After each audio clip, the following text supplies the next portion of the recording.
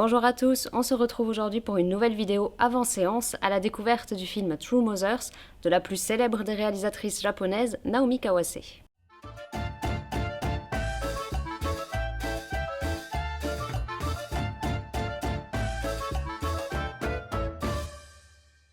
Bien que reconnue pour son travail dans ses nombreux documentaires, c'est probablement pour ses œuvres de fiction que vous connaissez le plus Naomi Kawase. Et elle est également l'une des rares réalisatrices japonaises à avoir un véritable succès à l'international. La famille, la maternité sont des sujets récurrents dans le cinéma de Naomi Kawase. Et en 2015, quand elle croise la route du roman Asagakuru de Mizuki Tsujimura, elle décide de le porter sur grand écran, ce qui est assez rare dans son cinéma puisqu'elle est bien plus habituée aux œuvres originales. Mais le thème abordé par ce roman lui tenait particulièrement à cœur, l'adoption.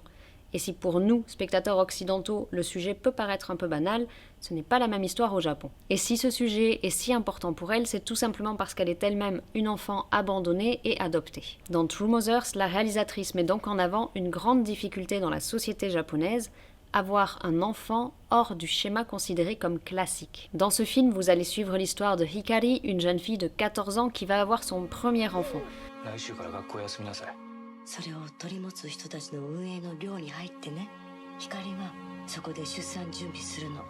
Bien trop jeune, elle est forcée de se cacher pour ne pas apporter de honte à sa famille et par la force des choses, abandonner son enfant. Mais vous allez également suivre l'histoire de Satoko et de son mari qui, malgré des mois et des mois de traitement, ne peuvent pas avoir d'enfant et qui vont prendre la décision d'adopter un bébé.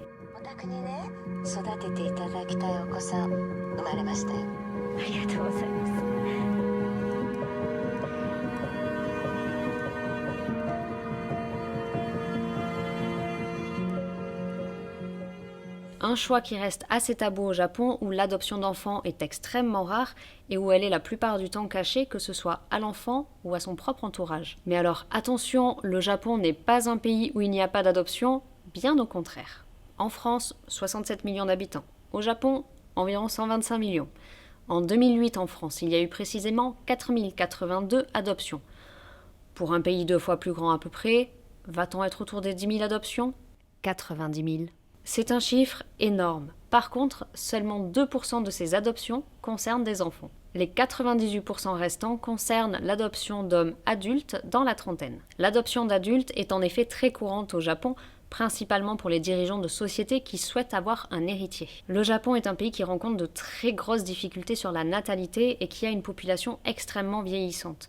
D'ici 2050, sa population devrait passer sous la barre des 85 millions. Beaucoup de personnes ont donc besoin d'assurer leur succession.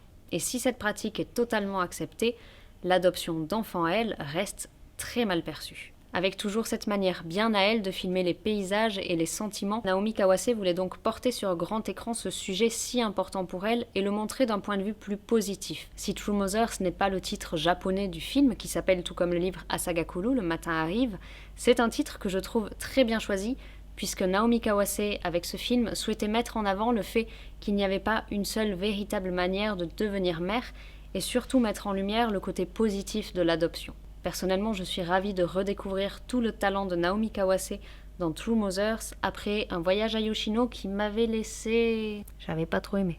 Si vous avez aimé les précédents films de Naomi Kawase, comme Les Délices de Tokyo ou Vers la lumière, ou encore le film coréen Petite forêt, je ne peux que vous conseiller de courir découvrir le film True Mothers. Sur ce, je vous souhaite une très belle soirée cinéma et je vous dis à très bientôt pour une prochaine vidéo. もしもし、子供を返してほしいんです。